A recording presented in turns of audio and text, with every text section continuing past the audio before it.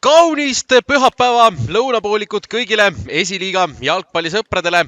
Oleme oma otsepildiga Lillekülas, Lilleküla harjutusväljakutel, kui kohe-kohe on algamas selle hooaja teine miniderbi ehk esiliiga 18. voor on toonud meid ja siit ühte kindlat favoriiti on väga raske välja tuua. Võetakse hoog ära. Hakatakse minema. Lehtmets lööb ja lööb posti.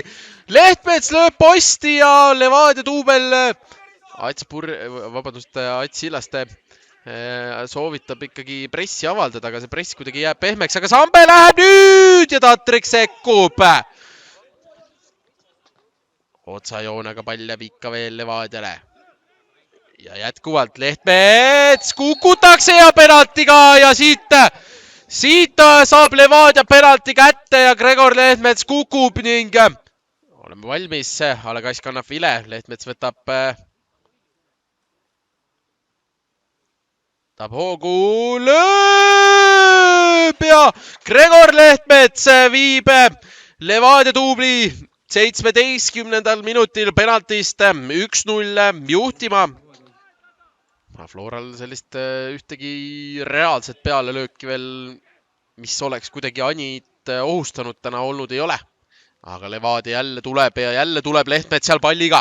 Lehtmets on ruumiga jälle ka. Lehtmets veel ja tuleb ja see on käis kiirelt. 18. minutiks viib Aleksandr Svedovski Levadia duubli 2-0 juhtima ja no väga-väga vabalt lasti seal Lehtmetsal tulla ja Lehtmets leidis kõrvalt Svedovski, kes söödu. Nii et täna ikkagi statistikasse juba korralik resultaat tehtud. Sambe on minemas paltsist möödas!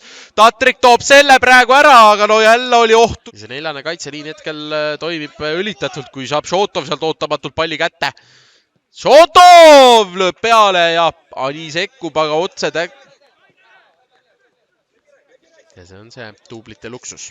Svedovski. Järjes on mehi ette võtta. Svedovski lööb peale. Tatrik sekkub. Aga selle kohtumise siis lõpuminutite väravast Flora võitis 2-1. Sambe! Ja tabab latti. Jakovenko leiab sealt nüüd Šotovi. Tõmovi vastu. Šotov läheb. Lööb! Lehtmets seda andma läks või mitte siiski tema. Ja tuleb siit kolmas ka ja Hurbert Liiv saab selle värava kätte ja selle söödu andjaks, kes sealt nurgalööki lahti mängis, oli Vjatšeslav Pavlovitš. Nii et suurepärane nurgalöök ja standardist Šotov.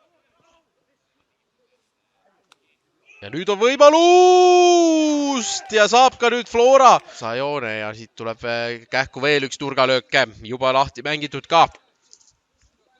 Šotov, tõsta ja kasti ja sealt ollakse lähedal, saadakse see nüüd kätte, aga ei. Siiski ollakse suluseisus ja Raudsalu saab palliga tagasi.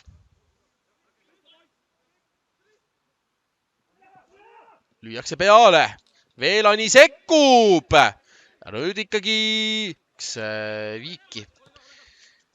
Teises kohtumises, mis leidis aset reedel. Me leppisid ka Tallinna Kalev ja Maardu linnameeskond 3-3 viiki. Kui vaatame nüüd siit selle olukorra lõpuni!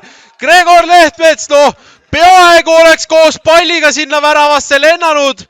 Tuleb sealt Tatrik üsna pahasti vastu ka, aga lõpuks pall maandub väravas ja Gregor Lehtmets lööb oma tänase teise. Ja 69. minutiks on Levadia läinud seda kohtumist juba 4-0 juhtima. Ja nüüd ikkagi